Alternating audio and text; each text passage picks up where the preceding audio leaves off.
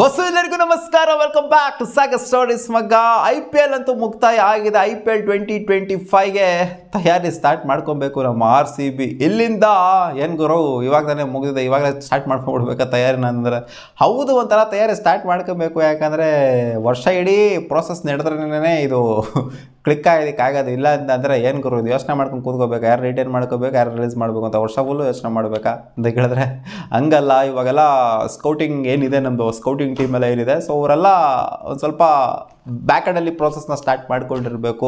ಯಾರನ್ನ next year ಪಿಕ್ ಮಾಡಬೇಕು, ಯಾರನ್ನ ರಿಟೈನ್ ಮಾಡ್ಕೋಬೇಕು, ಯಾರನ್ನ ಮತ್ತೆ ಬೈಬ್ಯಾಕ್ ಮಾಡ್ಕೊಬೇಕು. ಸೊ ಇದರಿಂದ RCB ಮ್ಯಾನೇಜ್ಮೆಂಟ್ದು ಖಂಡಿತ ಬಿದ್ದಿರುತ್ತೆ. RCBಗೆ ಯಾರು ರಿಟೈನ್ ಆಗಬೇಕು ನೆಕ್ಸ್ಟ್ ಸೀಸನ್ಗೆ ಲಿಮಿಟೆಡ್ ನಂಬರ್ ಆಫ್ ಸೀಟ್ಸ್ಗಳು ಮಾತ್ರ ಅಲೋಡ್ ಇರುತ್ತೆ.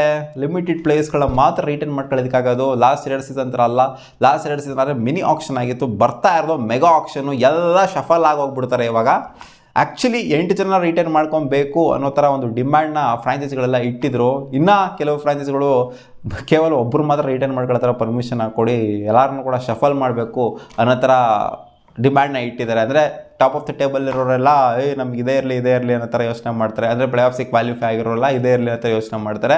ಬಾಟಮ್ ಅಲ್ಲಿರೋರಿಗೆಲ್ಲ ನಮಗೆ ಫುಲ್ಲು ಶಫಲ್ ಆಗಬೇಕು, ಒಬ್ಬರನ್ನ ರಿಟೈನ್ ಮಾಡ್ಕೊಂಡ್ರೆ ಸಾಕು ಅನ್ನೋ ಥರ ಯೋಚನೆ ಮಾಡ್ತಿರ್ತಾರೆ ಅಷ್ಟೇ. ಸೊ ಲಿಮಿಟೆಡ್ ಸೀಟ್ಸ್ಗಳು ಇರೋದ್ರಿಂದ ಮ್ಯಾಕ್ಸಿಮಮ್ ಅಂತಂದ್ರೂ 5 ಜನ ಬಿಡ್ಬೋದು ಅಂತ ನನಗೆ ಪೋಸ್ಟರ್ ಅನ್ನಿಸ್ತಿದೆ. 8 ಜನ ಕೇಳಿರ್ಬೋದು, ಬಟ್ ಲಾಸ್ಟ್ ಟೈಮ್ ಎಲ್ಲ ಮೆಗಾ ಆಕ್ಷನ್ ಎಲ್ಲ ಆದಾಗ 5 ಜನ ಬಿಟ್ಟಿದ್ರು ಅಷ್ಟೇ.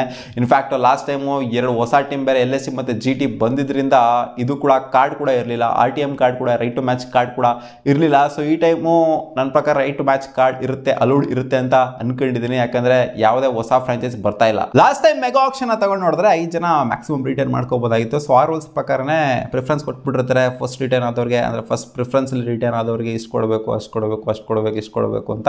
ಸೊ ಅಲ್ಲಿ ಅಮೌಂಟ್ನ ಕೂಡ ಫ್ರಾಂಚೈಸಿಗಳು ಉಳಿಸ್ಬೋದು. ಕಡಿಮೆ ರಿಟೆನ್ಷನ್ ಮಾಡ್ಕೊಂತಾನೆ, 3 ಜನ ರಿಟೈನ್ ಮಾಡ್ಕೊಳೋದು, 4 ಜನ ಮಾಡ್ಕೊಳೋದು, ಈ ಥರ ಮಾಡ್ತು ಅಂದರೆ ಒಬ್ಬರು ರಿಟೈನ್ ಮಾಡ್ಕೊಳೋದು, ಈ ಥರ ಆಯಿತು ಅಂದರೆ ದುಡ್ಡನ್ನ ಅಲ್ಲಿ ಸಿಕ್ಕಾಪಟ್ಟೆ ಉಳಿಸ್ಬಿಟ್ಟು ಬೇಕಾದರೆ ಮೆಗಾ ಆಕ್ಷನಲ್ಲೇ ಹೋಗ್ಬಿಟ್ಟು ಎಲ್ಲರನ್ನೂ ಬೇಕಾದ್ರೆ ತಗೋಬಹುದು. ಸೊ RCB ಇವಾಗ ಕತೆ ಎಲ್ಲ ಸಾಕು. RCB ಯಾವ 5 ಜನ ಪ್ಲೇಯರ್ಸ್ಗಳನ್ನ ರಿಟೈನ್ ಮಾಡ್ಕೊಳ್ಳಬಹುದು ನೆಕ್ಸ್ಟ್ ಸೀಸನ್ಗೆ ಅಂತ ಅಂದರೆ ಒಬ್ವಿಯಸ್ಲಿ ಇಟ್ಸ್ ಕಿಂಗ್ ಕೊಹ್ಲಿ.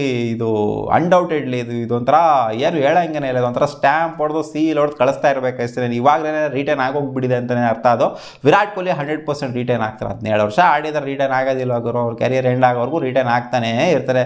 ಇಲ್ಲ ಅಂದರೆ RCBಗೆಲ್ಲ ಮಗ ಕ್ಯಾಕರ್ಸ್ ಹೋಗಿತಾರೆ ಅಷ್ಟೇ, ರಿಟೈನ್ ಮಾಡ್ಕೊಂಡಿಲ್ಲ ಅವ್ರು ಇಲ್ಲ ಅಂತ ಹೇಳೋ ಮಾತೇ ಇಲ್ಲ. ರಿಟೈನ್ 100% ವಿರಾಟ್ ಕೊಹ್ಲಿ ಆಗೇ ಆಗ್ತಾರೆ. ಫಸ್ಟ್ ಪ್ರಿಫರೆನ್ಸಲ್ಲಿ ಆಗ್ತಾರೆ, ಸೆಕೆಂಡ್ ಪ್ರಿಫರೆನ್ಸಲ್ಲಿ ಆಗ್ತಾರೆ ಅಂತ ಗೊತ್ತಿಲ್ಲ. ಯಾಕಂದರೆ ಅವ್ರಿಗೆ ದುಡ್ಡೇನು ಮುಖ್ಯ ಏನಲ್ಲ, ನಾನು ಥರ್ಡ್ ಪ್ರಿಫರೆನ್ಸಲ್ಲಿ ಆಗ್ತೀನಿ ಬೇಕಾದ್ರೆ ಅಂತ ಹೇಳ್ತಾರೆ. ದುಡ್ಡನ್ನು ಉಳಿಸೋ ಥರ ಏನಾದ್ರು ಇದ್ದಿತ್ತು ಅಂತ ಅಂದಿದ್ರೆ. ಬಟ್ ನೋಡೋಣ ಯಾವ ಪ್ರಿಫರೆನ್ಸಲ್ಲಿ ವಿರಾಟ್ ಕೊಹ್ಲಿ ಅವರು ರಿಟೈನ್ ಆಗ್ತಾರೆ ಅಂತ. ಸೆಕೆಂಡ್ ಪ್ಲೇಯರು ನನ್ನ ಪ್ರಕಾರ ರಿಟೈನ್ ಆಗಬಹುದು ಅಂತ ಅಂದ್ಕೊಂಡಿದ್ದೀನಿ. ಫ್ಯಾಫ್ ಡು ಪ್ಲೆಸಿಸ್ ಅವರು ರಿಟೈನ್ ಆಗ್ಬೋದು ಅಂತ. ಏನು ಗುರು 3 ವರ್ಷ ಕ್ಯಾಪ್ಟನ್ಸಿ ಕೊಟ್ಟಿದ್ದಾರೆ ಅವ್ರಿಗೆ, ಏನಲ್ಲಿ ಕಳೆದು ಕಿತಾಕಿರೋದು ಅಷ್ಟಲ್ಲೇ ಐತೆ ಅಂತ ಹೇಳ್ಬೋದು. ಹೌದು, ಕೊಟ್ಟಿರೋದು 3 ವರ್ಷ ಕೊಟ್ಟಿದ್ದಾರೆ. 2 ಸಲ ಪ್ಲೇ ಆಫ್ಸ್ಗೆ ಕೂಡ ಕ್ವಾಲಿಫೈ ಆಗಿದೆ, 1 ಸಲ ವಿಫಲರಾಗಿದ್ದೀವಿ ಪ್ಲೇ ಆಫ್ಸ್ಗೆ ಕ್ವಾಲಿಫೈ ಆಗೋದಕ್ಕೆ. 1 ಸಲ ಕ್ವಾಲಿಫೈ 2 ಆಡಿದ್ದೀವಿ ಅವರ ಕ್ಯಾಪ್ಟನ್ಸಿಲಿ, 1 ಸಲ ಎಲಿಮಿನೇಟರ್ ಆಡಿದ್ದೀವಿ. ಸೊ ಒಂಥರ ಫೀಲ್ ಆಗುತ್ತೆ. ಬಟ್ ಆದ್ರೂ ಇನ್ನೂ 1 ಸಲ ಕೊಡ್ತಾರೆ ಅಂತ ಅಂದ್ಕೊಂಡಿದ್ದೀನಿ. ಇನ್ನೂ ಒಂದು ಲಾಂಗ್ ರನ್, ಇನ್ನೂ ಒಂದು 3 ವರ್ಷ ಆಡೋವಂಥ ಕೇಪಬಿಲಿಟಿ ನನ್ನ ಪ್ರಕಾರ ಫ್ಯಾಫ್ ಡು ಪ್ಲೆಸಿಸ್ಗಂತೂ ಖಂಡಿತ ಇದೆ. ಸೊ ಆ ರನ್ನ ಕೊಡ್ತಾರೆ ಅಂತ ನನಗೆ ಯಾಕೋ ಪರ್ಸನಲಿ ಅನ್ನಿಸ್ತಾ ಇದೆ. ಸೊ ಅದರಿಂದ ಫ್ಯಾಫ್ ಡು ಪ್ಲೆಸಿಸ್ ಕೂಡ ರಿಟೈನ್ ಆಗ್ಬೋದು. ಬಟ್ ಅವರ ಪರ್ಫಾರ್ಮೆನ್ಸ್ ಯಾವ ಥರ ಇರುತ್ತೆ ಅನ್ನೋದ್ರ ಮೇಲೆ ಡಿಪೆಂಡೆಂಟ್ ಕೂಡ ಆಗಿರುತ್ತೆ. ಇನ್ನು ನವಂಬರ್ ಟೈಮಲ್ಲಿ ರಿಟೆನ್ಷನ್ ಎಲ್ಲ ಆಗೋದು. ಸೊ ಆ ಟೈಮ್ಗೆ ಅವರ ಕಂಡೀಷನ್ ಯಾವ ಥರ ಇರುತ್ತೆ ಅದ್ರ ಮೇಲೆ ರಿಟೆನ್ಷನ್ 100% ಆಗುತ್ತೆ ಅಂತ ಹೇಳೋಕ್ಕಾಗೋದಿಲ್ಲ ಫ್ಯಾಫ್ ಡು ಪ್ಲೆಸಿಸ್ ಅದು.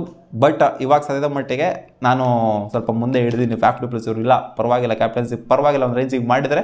ಸೊ ಅದರಿಂದ ಅವರೇ ಕ್ಯಾಪ್ಟನ್ ಆಗಿರ್ಬೋದು ಅಂತ ಅನ್ನಿಸ್ತದೆ ಸದ್ಯದ ಮಟ್ಟಿಗೆ. ಬಟ್ ಫ್ಯೂಚರ್ನ ನಾವು ಪ್ರಿಡಿಕ್ಟ್ ಮಾಡೋಕ್ಕಾಗಲ್ಲ, ಇನ್ನೂ 6-7 ತಿಂಗಳು ಏನೇನು ಆಗುತ್ತೆ ಅಂತ. ಸದ್ಯದ ಮಟ್ಟಿಗೆ ನಾನು ಹೇಳ್ತಾ ಇರೋದು ಈ ಥರ ಆಗ್ಬೋದು ಅಂತ ಅಂದ್ಕೊಂಡಿದ್ದೀನಿ. 3ನೇ ಪ್ಲೇಯರ್ ಆಗಿ ಕ್ಯಾಮ್ರಾನ್ ಗ್ರೀನ್ ಅವರು ರಿಟೈನ್ ಆಗ್ಬೋದು ಅಂತ ಅಂದ್ಕೊಂಡಿದ್ದೀನಿ. ಯಾಕಂದರೆ ಸೆಕೆಂಡ್ ಫೇಸಲ್ಲಿ ಕ್ಯಾಮ್ರಾನ್ ಗ್ರೀನ್ ಸ್ವಲ್ಪ ಚೆನ್ನಾಗಿ ಪರ್ಫಾರ್ಮ್ ಮಾಡಿದರೆ. ಫಸ್ಟ್ ಫೇಸಲ್ಲಿ ಸಿಕ್ಕಾಪಟ್ಟೆ ಫ್ಲಾಪ್ಷನ್ ಅನುಭವಿಸಿದ್ರು. ಸೆಕೆಂಡ್ ಫೇಸಲ್ಲಿ ಸ್ವಲ್ಪ ಬೌನ್ಸ್ ಬ್ಯಾಕ್ ಆಗಿಬಿಟ್ಟು ಚೆನ್ನಾಗಿ ಬ್ಯಾಟಲ್ಲೂ ಕೂಡ ಬೋಲಲ್ಲೂ ಕೂಡ ಎರಡರಲ್ಲೂ ಕೂಡ ಕಾಂಟ್ರಿಬ್ಯೂಟ್ ಮಾಡಿದರೆ ನನ್ನ ಪ್ರಕಾರ ಇವರು ರಿಟೈನ್ ಆಗ್ಬೋದು ಅಂತ ಅಂದ್ಕೊಂಡಿದ್ದೀನಿ. ಮ್ಯಾಕ್ಸ್ವೆಲ್ಗೆ ಕಂಪೇರ್ ಮಾಡ್ತಾರೆ, ಮಸ್ತಾಗಿ ಪರ್ಫಾರ್ಮ್ ಮಾಡಿರೋದು ಈ ಸಲ. ಅದು ಕ್ಯಾಮ್ರಾನ್ ಗ್ರೀನು. ಮ್ಯಾಕ್ಸ್ವೆಲ್ ಏನು ಆಡಿದ್ರು ಅಂತಲೇ ಗೊತ್ತಿಲ್ಲ.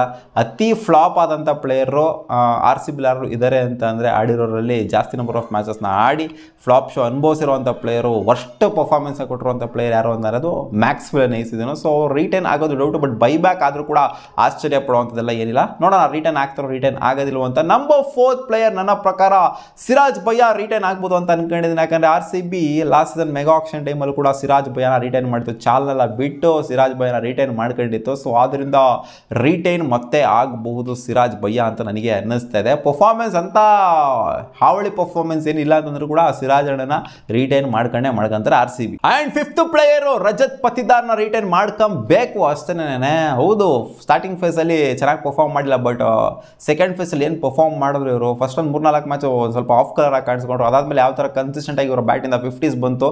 ಸೊ RCBಗೆ ಮೇಯ್ನು ಗೆಲುವಿಗೆ ಕಾರಣ ಮಿಡ್ಲ್ ಆರ್ಡ್ರಲ್ಲಿ ತಗೊಂಬಂದು ಕೊಟ್ಟಿರೋದು ಇವರೇ ನನ್ನ ಪ್ರಕಾರ. ಸ್ಟೆಬಿಲಿಟಿ ಇನ್ನಿಂಗ್ಸ್ನ ಸ್ಟೆಬಿಲೈಸ್ ಮಾಡಿರೋದು ಇವರೇ ನನ್ನ ಬ್ಯಾಟಿಂಗಲ್ಲಿ. ಸೊ ಅದರಿಂದ ಅವ್ರು 100% ರಿಟರ್ನ್ ನನ್ನ ಪ್ರಕಾರ ಆಗಲೇಬೇಕು. ಆ್ಯಂಡ್ ಹಾಗೆ ಆಗ್ತಾರೆ ಅಂತ ಅನ್ನಿಸ್ತಿದೆ. 4 ಜನ ರಿಟರ್ನ್ ಆಗ್ತಾರ, 5 ಜನ ರಿಟರ್ನ್ ಆಗ್ತಾರೆ ಅಂತ ಇನ್ನೂ ಪರ್ಫೆಕ್ಟಾಗಿ ಹೇಳೋದಕ್ಕಾಗೋದಿಲ್ಲ. ಯಾಕಂದರೆ RCB ಲಾಸ್ಟ್ ಟೈಮು 5 ಜನ ಅಂತ ಅಂದ್ಕೊಂಡಿದ್ದು 4 ಜನ ರಿಟರ್ನ್ ಮಾಡಿದರು. ಸೊ ಇದರಲ್ಲಿ ಯಾರನ್ನ ಈಚೆ ಆಗ್ತಾರೆ ಅಂತ ಗೊತ್ತಿಲ್ಲ. ಒಟ್ಟಿನಲ್ಲಿ ಈ 5 ಜನದಲ್ಲೇ ರಿಟೆನ್ಷನ್ ನನ್ನ ಪ್ರಕಾರ ಆಗೋದು. ಆದರೆ ಸೊ ಬೇರೆಯವರೆಲ್ಲ ನನ್ನ ಪ್ರಕಾರ ಬೈಬ್ಯಾಕ್ ಮಾಡ್ಕೊಬೋದು ಅಂತ ಕಾಣಿಸುತ್ತೆ. ಮ್ಯಾಕ್ಸ್ವೆಲ್ ವಿಚಾರದಲ್ಲಾಗಿರ್ಬೋದು, ಜೊತೆಗೆ ಇನ್ನೂ ಸುಮಾರು ಜನ ಚೆನ್ನಾಗಿ ಪರ್ಫಾರ್ಮ್ ಮಾಡಿದೆ. ಸ್ವಪ್ನಿಲ್ ಸಿಂಗ್ ಆಗಿರ್ಬೋದು, ಇವರೆಲ್ಲ ಚೆನ್ನಾಗಿ ಪರ್ಫಾರ್ಮ್ ಮಾಡಿದ್ವಿ. DK ಅಂತೂ ಖಂಡಿತ ಇಲ್ಲ, ಅವರು ಆಲ್ರೆಡಿ ಈಚೆ ಕಡೆ ಹೋಗಿದ್ದಂತೂ ಆಗಿದೆ.